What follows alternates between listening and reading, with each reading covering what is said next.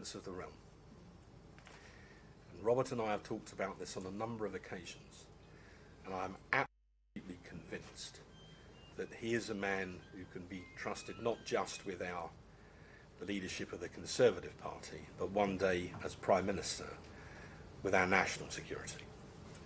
But without further ado, rather than take my word for it, you can hear it from him directly. Ladies and gentlemen, would you please welcome Robert Jenrick.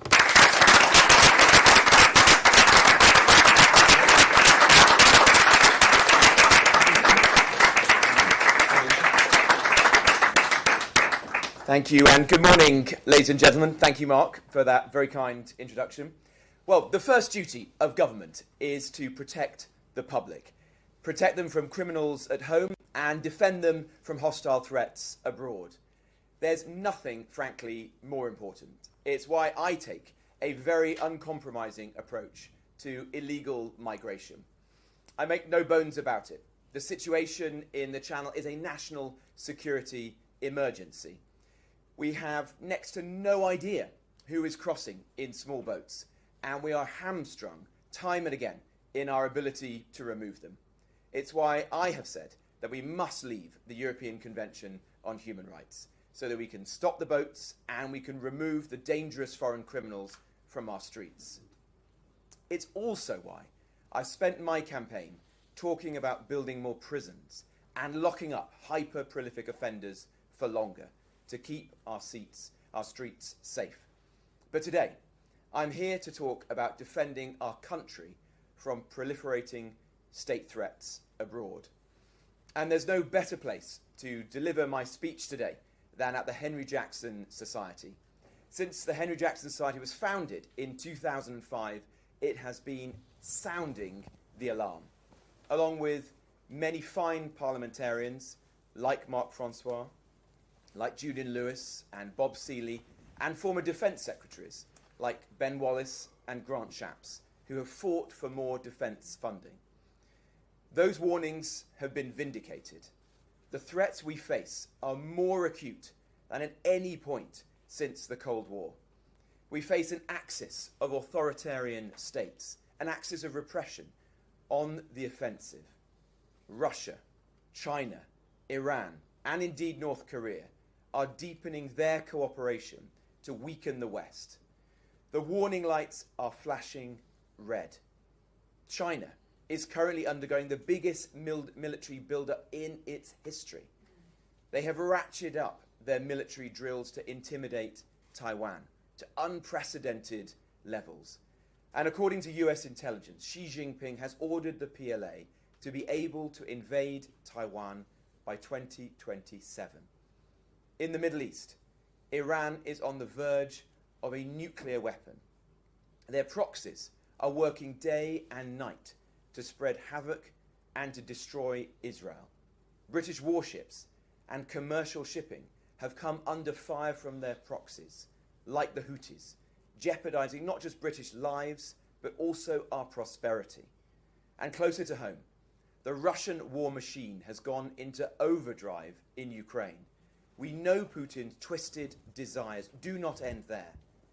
General Sir Roland Walker, the head of the army, warned recently that we must work on the assumption of war with Russia in 2027 too. This is a tyrant who described the collapse of the Soviet Union as the greatest geopolitical disaster of the 20th century, and whose aim is now clearly to attempt to rebuild a Russian empire. Today, Russian tank factories are working 3 shifts. Faced with these mounting threats, the UK and NATO appear dangerously exposed. Our army has shrunk to its smallest size since the Napoleonic era. The Royal Navy has also shrunk. At the outbreak of the Falklands War in 1982, the Royal Navy had 43 frigates and 12 destroyers. It now has 9 and 6, respectively. What's more, many of these ships do not have even the sailors to crew them and are stuck in their docks, such as the vital amphibious warfare vessels HMS Albion and Bulwark. for our aircraft carrier, the HMS Prince of Wales, to carry out exercises in the North Sea, we were reliant on the Norwegians to lend a support ship. And more worryingly, most worryingly of all, is the state of our nuclear deterrent.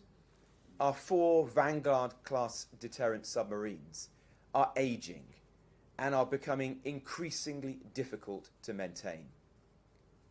And as a result, the loyal submarine crews who this deterrent depends upon are routinely being asked to perform unsustainably long 5 or 6 month long patrols. This situation is intolerable. Peace comes through strength, but right now we are displaying vulnerability. Something must change now. To its credit, the previous Conservative government increased defence spending to around 2.25% of GDP and committed to reach 2.5% by 2030. This allowed us to begin a programme of rearmament. But the post-Cold War peace dividend has well and truly expired, and we are now playing catch-up. We must spend 3% of our GDP on defence. And because we should not be borrowing or taxing more, this money should come from our overseas aid budget. Our generosity will soon look very foolish if our weakness contributes to a war. And while the topic of overseas aid and reparations is being discussed, let me confront it head on. We must unequivocally reject these claims. They are based on false and misleading narratives about our past. After all, it was Britain that worked harder than nearly any other country to eradicate the slave trade. It was Britain that spent 1.8% of GDP between 1808 and 1867 on eradicating slavery, the most expensive moral foreign policy in human history. It was a campaign, in fact, opposed by many African kings. The West African squadron sacrificed their lives for liberty and freedom.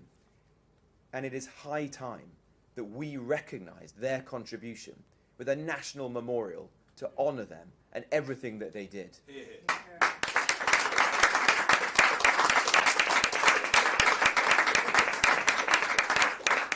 Under my leadership, we will bolster our soft power with tangible hard power, and we will renew and refresh our alliances to multiply our collective power. Because we cannot do this alone. If Russia invaded a NATO ally tomorrow, the House of Commons Defence Select Committee estimated that we currently only have enough munitions to last for just the first 8 to 10 days of the resultant war. Leading by the force of our example, 3% of GDP should be the new NATO standard expected of all member states. We have no choice. Currently, the burden of European defence has fallen disproportionately on America, which is now also challenging rising China and their assertiveness in the Indo-Pacific.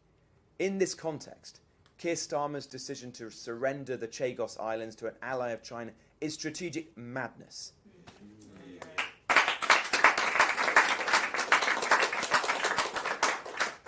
In their place, the UK and our allies must step up. And with this additional funding, we need a new covenant with our armed forces personnel. At present, recent migrants to the UK often find themselves at the front of the queue for council houses.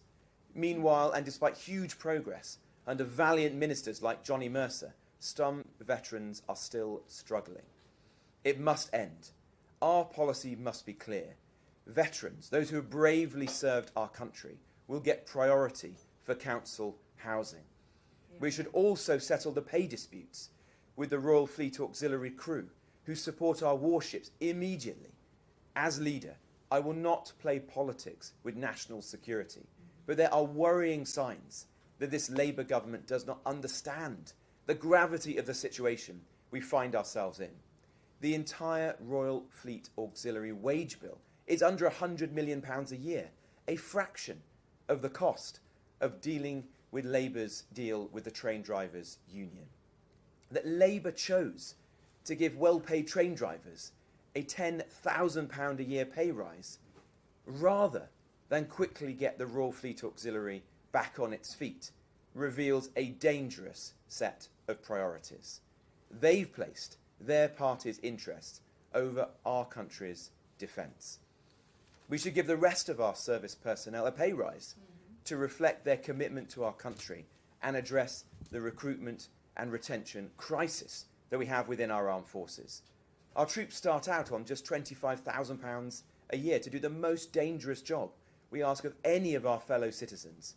I think that is too low, far too low, especially when well-unionised professions get bumper pay rises. Let's, instead of giving outstripping inflation pay rises to them, ensure that our soldiers get the pay that they deserve. That is my priority. Under my leadership, we will pay our armed forces what they deserve. If Labour can find enough money to pay massive pay rises for train drivers, we will find it to ensure that brave service personnel get what they deserve as well.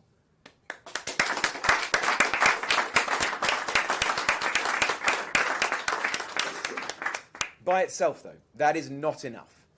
We must equip our service personnel with the lethal weapons that they need.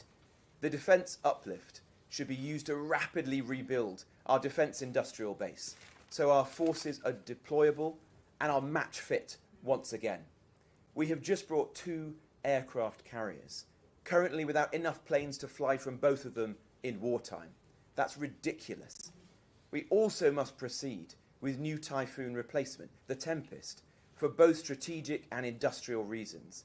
We must not cancel the Spitfire of the 21st century. The Type 45 destroyer fleet needs all its systems upgraded to defend against ballistic missiles. And we need to be able to build more lethal drones, anti-tank missiles, and artillery shells quickly to replenish our own armed forces, as well as those of Ukraine. To ensure this additional money makes the difference that we need, we've got to transform procurement. Defence programmes are routinely stretched out to keep within annual spending limits imposed by the Treasury, although this massively inflates costs in the long term. Ben Wallace fought valiant against these insane practices. The government must listen to him, and it must fix them. The that hold back the defence industry need to be scrapped. Without a defence industry building the Spitfires and Hurricanes that we had in the 1940s, this contest wouldn't even be taking place. The House of Commons wouldn't even exist. The Ministry of Defence should be solely focused on making our armed forces as lethal as possible, rather than tackling misplaced considerations of diversity and climate change. And we need to look beyond the big defence contractors, vital as they are, to where innovation is happening in our SME sector, where tech-savvy entrepreneurs are developing the kit that will fight the next war. Tanks, ships, planes, heavy munitions aren't the only weapons of war anymore. It's space and cyber, in the grey zone, where hostile actors attack civilian infrastructure. And on the battlefield itself, warfare is increasingly a contest of technology. We must not find ourselves behind the curve. And the way to stay ahead is to back the innovators which the UK excels in. The government must wake up to the next big threat on the horizon, and that is China. It is a threat, and we should classify it as such. The CCP is guilty of genocide in Xinjiang. It's attempting to turn the South China Sea into a Chinese lake, and it has extinguished freedom in Hong Kong. A move on Taiwan would upend the world order in a way that dwarfs what we have seen in Ukraine. We may only have 3 years to prepare ourselves for an invasion of Taiwan.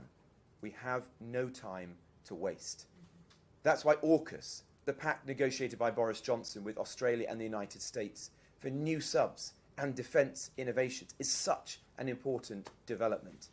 We must urgently reduce our reliance on China in critical sectors, invest in domestic and Western semiconductor capability, and engage our allies now in planning our collective response.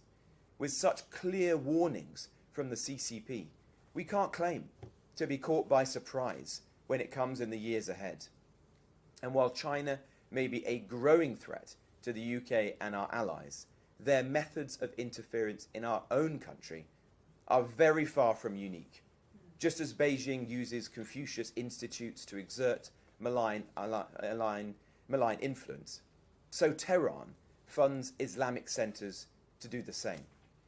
This government should make good on previous promises and shut them down.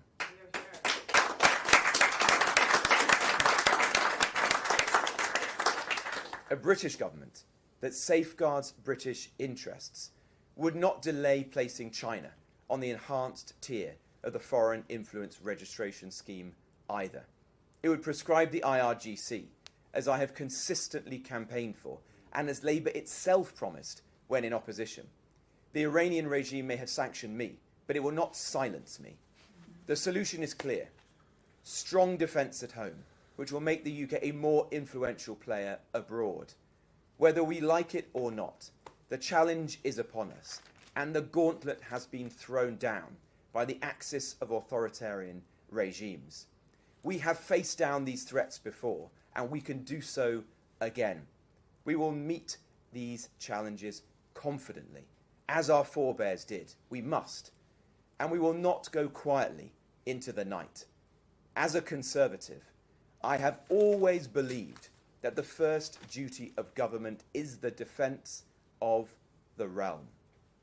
As your leader, I vow I will never, ever forget that.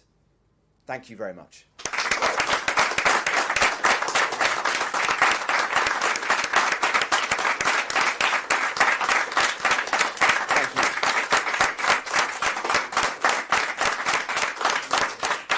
Very much. Thank you, ladies and gentlemen. Well, I'm now going to take some questions from the press, and I see Chris Hope here from GB News. Good morning, Chris. Morning. My microphone, I'll just talk. Okay. Christopher Hope from GB News. Robert Jenrick, if elected PM in 2028, 2029, when would you hit 3% of spending on GDP? How would you pay for it? It's £20 billion a year you're spending today by that commitment. And just secondly, on this poll on Conservative Home, the leadership survey, you're on 31%, your rival's on 55%. Is it all over?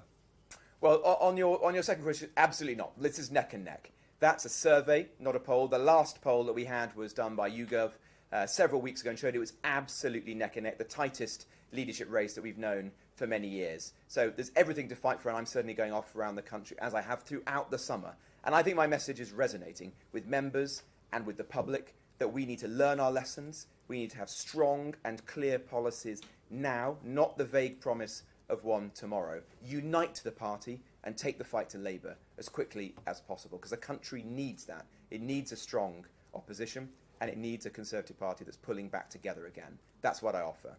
On your first point, I want to see defence spending get to 3% of GDP.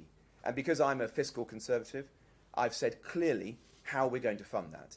And it's going to be funded through a combination of welfare reforms, which I've laid out in recent weeks, and through taking money from our foreign aid budget and spending it on our armed forces.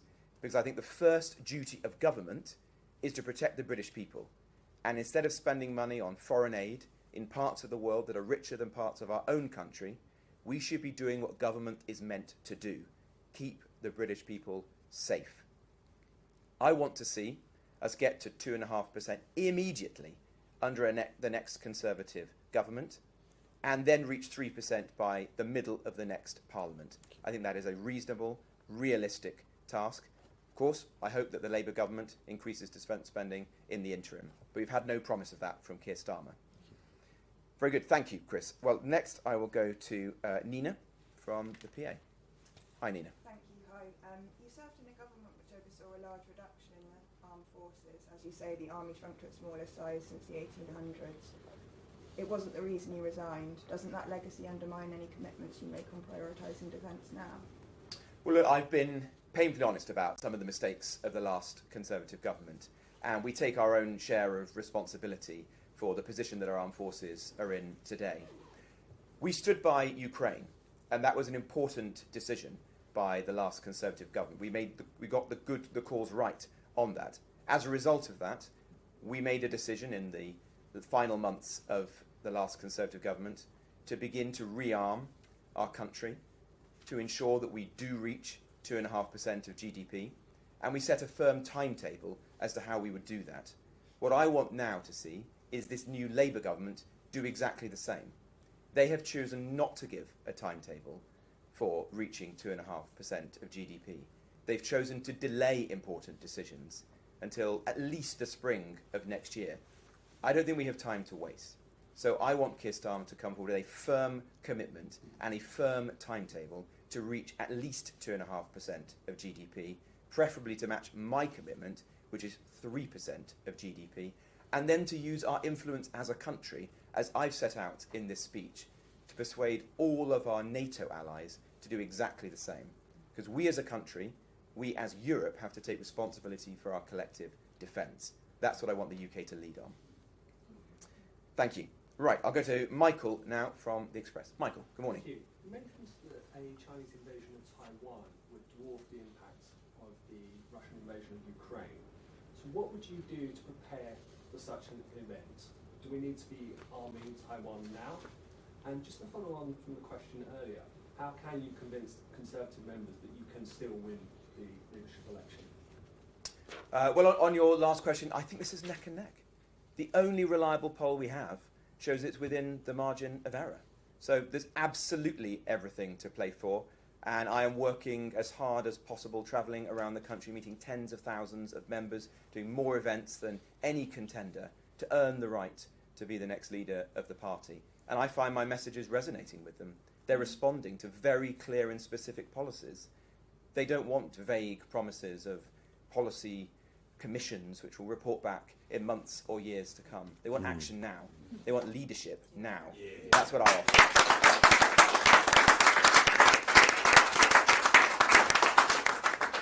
offer. And with respect to China, well, we need to work today with our allies, collectively, to plan our response. And there are ways in which the UK can act. We need to get our defence spending up to 3% of GDP, as I set out in this speech. We need to be clear-eyed about the role that China is playing on our own shores. That means taking action, for example, in closing the Confucius Institutes, which frankly should have been closed a long time ago. It means reducing our reliance upon China in our universities and public institutions. And it means being very clear that Chinese investment is not welcome in our critical, strategically important industries. We cannot be exposed to China, and we have to take action now because we have so little time to waste. Thank you. But sorry, would you consider arming Taiwan? What I've said is we should be working collectively with our allies now to plan how, as a Western community, we can support Taiwan and respond if and when action is taken by China against it. Right, very good, thank you. I'll come to you, Ellie, now from Guido. Hi. Hi, sorry, I didn't see you at the back. Good to see you. How do you respond to Nigel Farage's claim that you have no personality? I think he's rattled. Why is Nigel Farage speaking of me and not my opponent in this contest? Because he doesn't want me to be leader of the Conservative Party.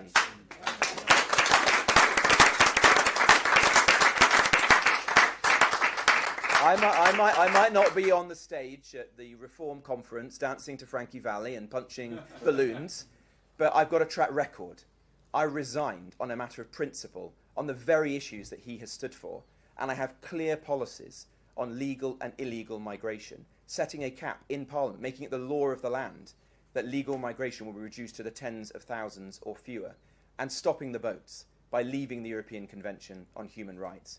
He knows that if I am leader of this party, he will be in retirement, and that all small c Conservatives will return to our fold as Conservatives. That is what I offer. That's why he doesn't want me to be leader of this party. That's why he wants my opponent to win this leadership contest. Yeah.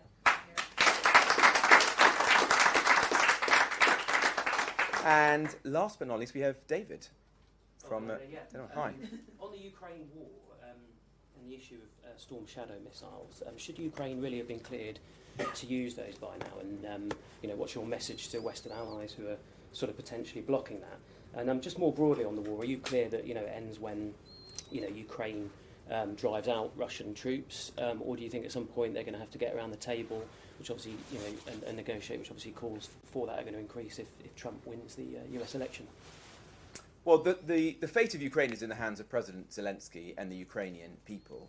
It is his decision when, if he ever wants to negotiate with Vladimir Putin. We will stand by President Zelensky and Ukraine in its hour of need, provide them with the support that they need, and put them in the best possible place to secure victory.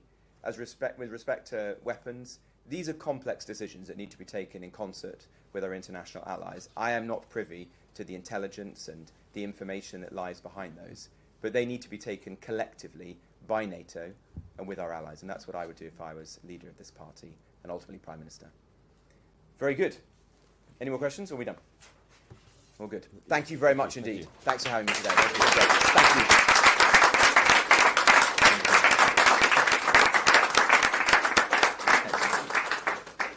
Thanks, Chris. Thanks.